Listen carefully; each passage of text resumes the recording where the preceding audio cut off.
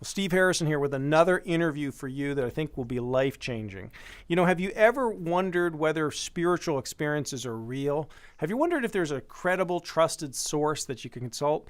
Well, Dr. Jim Roach is a medical doctor who actually learned a lot about spiritual experiences through his patients, and he wrote a book on it. His primary focus has been nutrition and holistic health. He's just absolutely brilliant. In fact, before I introduce him, let me let you see what Jack Canfield said about Dr. Jim. He's one of the most encyclopedic minds I've ever met. You're like the walking Wikipedia of holistic integrative health. I can't think of anything I could bring up that you haven't able to give me more information on. I mean, you really are a treasure. I mean, they should take your brain and put it in a Smithsonian after, if and when you ever die, because I know you're going to live such a long time. Well, Dr. Jim, boy, Jack is a real fan. Absolutely. Yeah. He saw how many supplements I was taking, and I was taking more than he was, and he wanted to know what those other supplements were. He wants to live as long and as well as he can, so I was teaching him how to do that. Well, that's great. And I know that you've got this wonderful book called God's House Calls, and I love the subtitle, Finding God Through My Patients. Right. Talk about how this came to be. Yeah, 3 or 4 years ago, I was always a Christian, was raised in a Christian family. I went to church. But going to medical school, your left brain expands and your right brain shrinks up. And you think everything is DNA and molecules and genes. So I wanted to believe that there was a God, but I didn't understand how, there could be a God. But I've been attending integrative holistic medicine conferences where they talk about quantum theory, and I was beginning to understand that, Einstein was right. E equals mc squared. We look at each other, we see solid mass, but in fact, the distance between electrons is very large, and we're just hot air. And so it's very easy for spiritual energy to separate out, like in a near-death experience when the doctor's doing CPR down below, and the spiritual energy field's up above watching the whole thing happen, right? Can hear not only what's going on in that room, but in the next room. So it's kind of like a cloud that separates into two clouds and then can reconnect. Virtually every week I talk with someone who's been out of body. It might be during childbirth or during sexual assault or during surgery. Or even one fellow, when he won the Kentucky Derby in the winner's circle, he soared up above, was looking down. And there's no way physiologically you can explain that with the brain. But if you understand energy fields and what Einstein's saying, it all makes sense. If you understand spooky behavior, that what happens to one particle, when it separates from another, one action on that instantaneously affects the other side of the universe where that opposite particle is. Well, I think when people hear that, you've talked to a lot of people who've had out-of-body experiences, there might be a certain skepticism of well, is that really that common? And I saw you do an exercise at a seminar that really proved how common spiritual experiences are. Why don't you talk about what you do at live events? Yeah, well, for example, just last night we had our kickoff event for the book, and we had 200 people there. And I asked everyone in the audience who's been out of body, hold up your hand. About 30% of the audience held up their hand.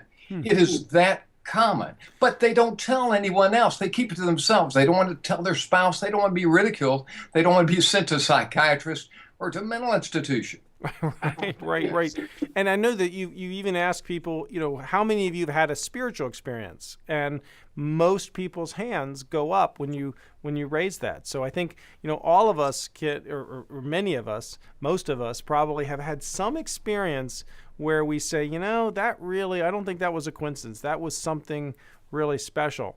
And in fact, you invited me to share a story that I've contributed to your book as well about how I really know that God helped to save my business when we were financially up against it. We were about to go out of business, and I shared that story. Let me ask you this. What did you learn? Give us an example of one or two of the other stories in the book that people seem to really like in God's House Calls. Well, one thing is, there was a patient who had a drug problem, and he had a negative near-death experience. Now, he didn't tell me the details of that, but whatever it was, it shook him up. And he stopped drinking right at that moment. And 2 kids that he'd abandoned, he set up trust funds. He did everything he could for the next 2 years. Then he had another near-death experience. this time it was blissful. And all of a sudden, the wheels were turning. Maybe it matters how we live our life. Maybe it matters whether we're making the world a better place. Now, Dr. Sam Parnia up in New York, a resuscitation specialist who wrote the book Erasing Death, says if you attempt suicide, watch out. Those are negative near-death experiences. So, but death for so many is blissful. And that's what I tell my new cancer patients when they come in and say, listen, if everything goes wrong, and if you've made the world a better place, you're going to end up in ultimate bliss. That's the downside. And immediately that puts them at peace. Sure. What's another example of a story that's told in the book that people seem to really enjoy?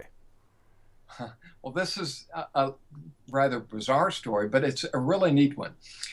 There was a woman who divorced her husband, and she moved in this house, which was in front of a cemetery. And every day she noticed when she came in the house, there was this shadow in the house. And the shadow was a tall military figure, had a big hat, had a long trench coat on. And she figured out it was the Civil War era as far as the uniform. And then she figured out every time she came to the front door, the shadow was coming through the back door. At night, when she was sleeping, the shadow would stand in the doorway between her room and the bedroom.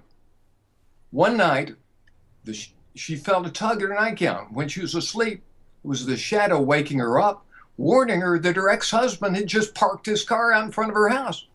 Turned out that the shadow was a protector, and it was coming in to protect her. And so she felt reassured as long as that shadow was around over the next few years, and hated to leave and move away. You know, some of us don't transition. Another really, really good story. Paul Decker recently died, maybe a year ago, died in a car accident. He was a famous star in Fast and Furious. And I met she was an Ivy League individual who told me that he showed up in her head. And it was a few weeks after his death, and he was very distraught because every time he tried to interact with his family, they acted like he wasn't there. He would go to work and no one would notice him. She figured out he had not transitioned. She knew who to take him to. 2 weeks later, he was able to transition to the other side, to the light. And then now he shows up again, but this time with grateful messages, thanking her for helping him transition to the other side. So what do you say to somebody who's watching this? And I can think of, some people are watching this and they're like, you know what? I just completely agree with Dr. Jim.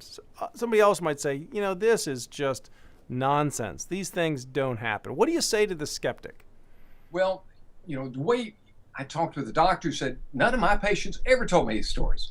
You've got to gain patients' trust. So the second question I ask patients, what's your life vision? What are your passions? If they look at you perplexed, they don't have a spiritual story. But if they say, my family and God are what's important in my life, then you tell them about near-death experiences and ask, has anything like that happened to you? Half the time, if they're serene, upbeat individuals, half the time they have a story. So if you just, in a non-judgmental way, explore those issues, you'll find out that lots and lots of people have these experiences. Well, I think it's a great question. That's actually even could be a fun cocktail party question. Have you ever had a spiritual experience? And that you've just, and that's really what you've done with this book, God's House Calls, Finding God Through My Patients. It's packed with stories of real spiritual experiences, just a wide variety. I've contributed my story in here on how I really know that God saved our business. And I hope you enjoy that. And Jim, thanks for the work you're doing. Where can people order this book? Well, you can get on my website, godshousecalls.com, or you can go directly to Amazon and order the book through Amazon. Through that, Jim Roach, MD.